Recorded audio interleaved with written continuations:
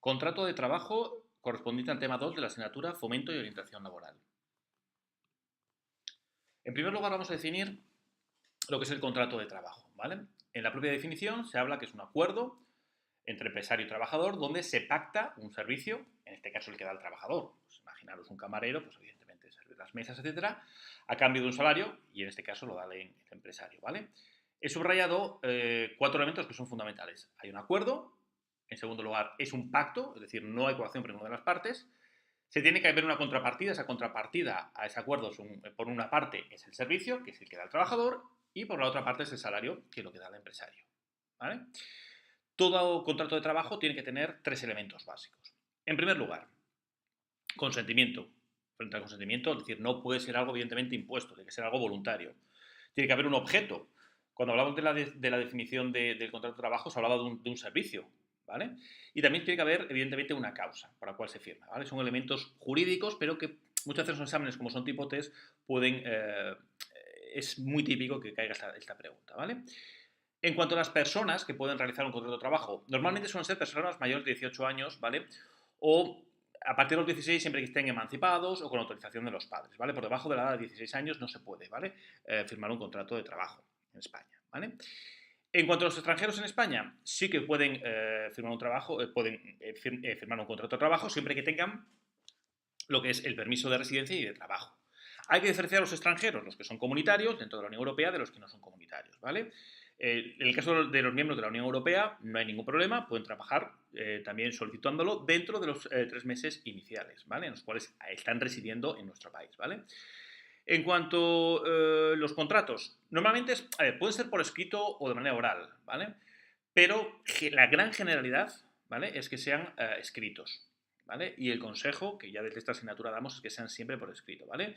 Los que son de manera oral solo podrían ser los indefinidos y eventuales de menos de 4 semanas. En cuanto al contenido mínimo que esos contratos deben de tener. En primer lugar, se tiene que hablar de tipo de contrato. Pues ahora veremos los diferentes tipos de contrato que hay, pero puede ser un contrato indefinido, contrato de formación, etcétera. Hay que identificar las partes, evidentemente, por un lado el empresario, por otro lado el trabajador. Identificar el lugar de trabajo, dónde se va a realizar el trabajo. El puesto del contratado y su categoría. Es decir, se contrata como sea administrativo, como licenciado, etcétera, ¿vale? La jornada laboral, cuando empieza, cuando acaba. La categoría profesional. Después también la fecha de comienzo. La fecha de comienzo es importante porque nos dice un poco la duración, ¿no? Y también nos habla un poco del periodo de prueba, que puede variar de un tipo de contrato a otro. El salario, es decir, esa contrapartida por ese servicio, que lo va a pagar el empresario, las vacaciones, el convenio colectivo en el cual está suscrito, eso se verá en otro tema, en el cual se dirá cuáles son los convenios colectivos que existen, las cláusulas adicionales, evidentemente puede haber cláusulas adicionales en los contratos, pero siempre y cuando no sean abusivas, ¿de acuerdo? El plazo, en caso de que haya una rescisión de contrato, que sean temporales, etcétera, veremos ahora los tipos de contrato, y lugar, fecha y firma de las partes. Bueno, para identificarlos, según el CIF o el NIF, etcétera, del trabajador y del empresario, tienen que evidentemente estar firmados, ¿vale? Hablamos antes de lo que es el periodo de prueba con respecto a la fecha de comienzo. El periodo de prueba es un tiempo en el cual, bueno, las partes comprueban que todo se desarrolla según lo acordado. Depende del nivel formativo del trabajador, del tamaño de la empresa, del tipo de contrato, etcétera, y tiene unas características especiales y la duración puede variar evidentemente de un tipo de contrato a otro, ¿vale? Vamos a ver ya en lo que son los tipos de contrato. Vamos a hacer diferentes clasificaciones. Veremos en cuanto a los contratos de duración determinada, los que son a tiempo parcial, y después veremos los que son los contratos temporales formativos y los contratos temporales estructurales. Y por último veremos un poco lo que son los contratos un poco de relevo, etcétera, es decir, para personas que están en la jubilación o próximas a la jubilación. En cuanto a los contratos de duración determinada, el contrato indefinido ordinario o el de toda la vida, ¿vale? Donde hay una fecha de inicio pero no hay una fecha de finalización. Hay varios. El ordinario, que es el más utilizado. Cierto es que se lanzó uno hace unos años, que es el indefinido de apoyo a emprendedores, que solo se produce en determinadas circunstancias. Aquí estamos hablando de personas de 16 años, como en los 16 años se puede trabajar hasta los 30, o mayores de 40 años con una serie de circunstancias. También este tipo de contrato indefinido de apoyo a emprendedores desaparecerá cuando la tasa de desempleo disminuya del 15%, llega al 15%, solo se puede aplicar a pequeñas empresas, es decir, de menos de 50 trabajadores. ¿Y cuál es la ventaja que tiene? Tiene una serie de bonificaciones para las empresas, ¿vale? En cuanto a los pagos que tienen que hacer a la seguridad social, ¿vale? El tercer contrato indefinido, aparte del ordinario y el indefinido de apoyo de emprendedores, es el contrato de trabajo fijo discontinuo. determinados sectores, por ejemplo, hablar del sector turístico, etcétera, son personas que están trabajando, pero solo trabajando durante determinadas temporadas del año, ¿vale? A continuación hablamos de los contratos a tiempo parcial. Hay que tener claro lo que es el contrato a tiempo parcial. Una cosa es que los contratos tengan una duración determinada o indefinida, puede ser un contrato indefinida, y otra cosa es que sea por la jornada completa, por las 8 horas, pero puede ser a tiempo parcial, es decir, puede ser indefinido, pero solo 3 horas, ¿vale? No se pueden aplicar, no a todos los contratos, por ejemplo, el contrato de formación no se le puede aplicar un contrato a tiempo parcial. Esto sí que tiene que ser por escrito, hablábamos antes de algunos contratos que pueden ser orales, pero en este caso tiene que ser por escrito. No se pueden hacer horas extras, se pueden hacer unas horas que se llaman horas complementarias, ¿vale? Que tienen unas limitaciones, ¿vale? No puede ser más del 15% de lo contratado y evidentemente se tiene que acortar, como todos estos contratos tienen que ser por escrito, ¿vale? En cuanto a los contratos temporales formativos, vamos a hablar dos principalmente, el contrato de formación y el contrato de prácticas. El contrato para la formación, bueno, el contrato para la formación, para personas evidentemente sin ningún tipo de titulación, de 16 a 25 años, pueden ser de 12 meses, o sea, un año como mínimo, y después que puede haber prórrogas de 6 meses hasta un máximo de 3, es la horquilla en la cual nos movemos, ¿no? Puede ser a tiempo completo, pero un mínimo tiene que dedicarse a tiempo completo, no es que 15% tiene que dedicarlo a la formación. La retribución, lo establecido en el convenio, pero nunca puede ser menor al salario mínimo interprofesional. La retribución en el convenio, se verá más tarde cuando se estudien los convenios, pueden establecer las diferentes categorías salariales, ¿vale? Pero el límite por debajo es el salario mínimo interprofesional. Y después, al final, la empresa entregará un certificado que evidentemente justifique que ha realizado dicha formación, ¿vale? Después el contrato en prácticas. Esto es diferente, porque el primero era para formarse como tal y el segundo era para implementar unos conocimientos que ya se han adquirido. Normalmente se aplican a títulos universitarios, también a la formación profesional encaja bastante bien. Hay un periodo de prueba, que lo habíamos hablado ya al principio, donde tiene que ser un máximo de 2 meses, para el caso de universitarios, incluso menor para personas con otro tipo de formación, por ejemplo, un grado medio, un grado superior de formación profesional. La retribución tiene que ser la del convenio. Te cuento que esto es en prácticas, no es en formación. Es decir, no puede ser menor del 60% el primer año de lo establecido para su categoría en el salario mínimo interprofesional en el convenio, o del 75% en el segundo año. Imaginaros, una persona con una categoría A, el primer año con un contrato ordinario, cobraría 1.000. Bueno, pues esta persona que hace prácticas, porque tiene esa formación, no podría cobrar menos de los 600 y el segundo año no podría cobrar menos de los 750.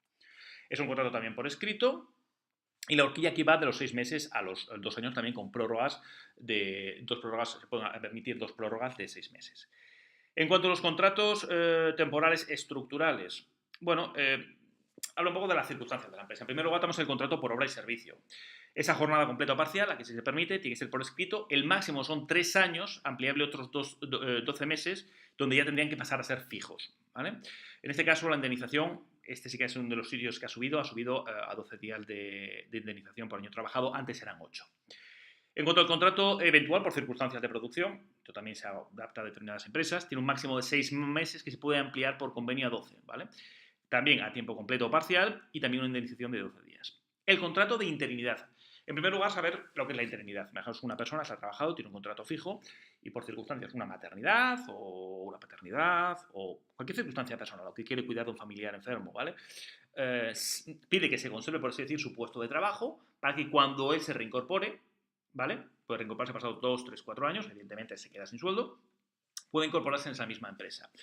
Su duración depende, evidentemente, de la vacante, ¿no? Siempre es por escrito y es a tiempo completo o parcial, dependiendo un poco de la figura que sustituye. Si sustituye a una persona que está a tiempo parcial, evidentemente se puede contratar para interinidad una persona que haga ese mismo trabajo a tiempo parcial. Y después el contrato de primer empleo joven.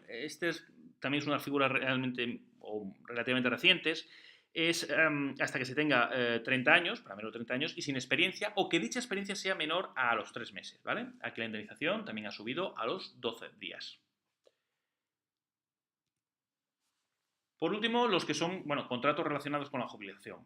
Aquí hay dos principalmente, los contratos por anticipación en la edad de jubilación o el contrato de relevo.